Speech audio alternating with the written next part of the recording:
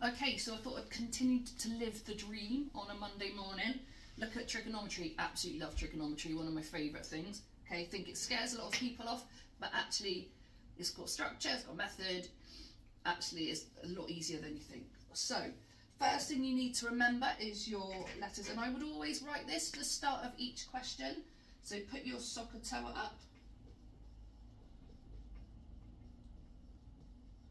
Okay, and then on this one, we're looking for the missing angle. Okay, so you've got your little acorn sign, which is the angle I'm looking for. So, first of all, what we're going to think about is putting our O, our H, and our A in. So, O stands for opposite, and it's opposite the angle that we're looking for. Okay, this only works, this formula, with right angle triangles, you see. So don't get confused, because there will be a right angle on the question, but it's not that angle we're going opposite. It's this, the other one that we're looking for or we've been given.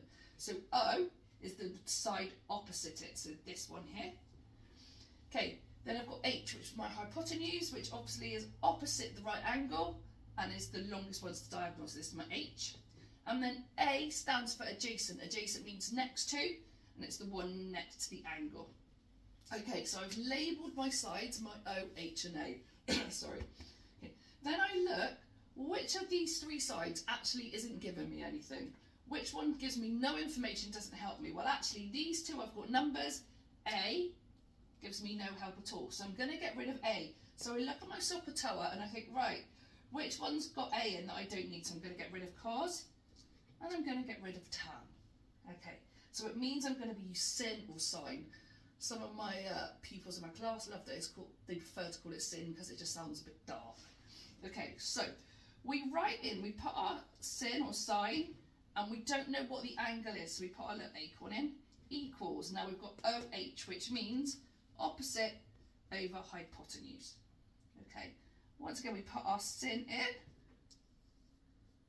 and our opposite, so we substitute it in, our O was 9.4, our H was 12.3. This is actually a really lovely one to do. Now, when we're looking at angles, we use the inverse on our calculator. So you might see that it looks like a -1 and equals 9.4 divided by 12.3. So, on my calculator, and I've got an absolute classic here.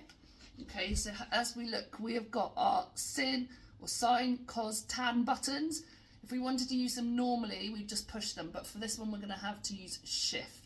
So I've got shift and sin brings me to the -1. Then I know some people put fractions in, but I sometimes find the fraction buttons don't always work particularly well on the calculators when you're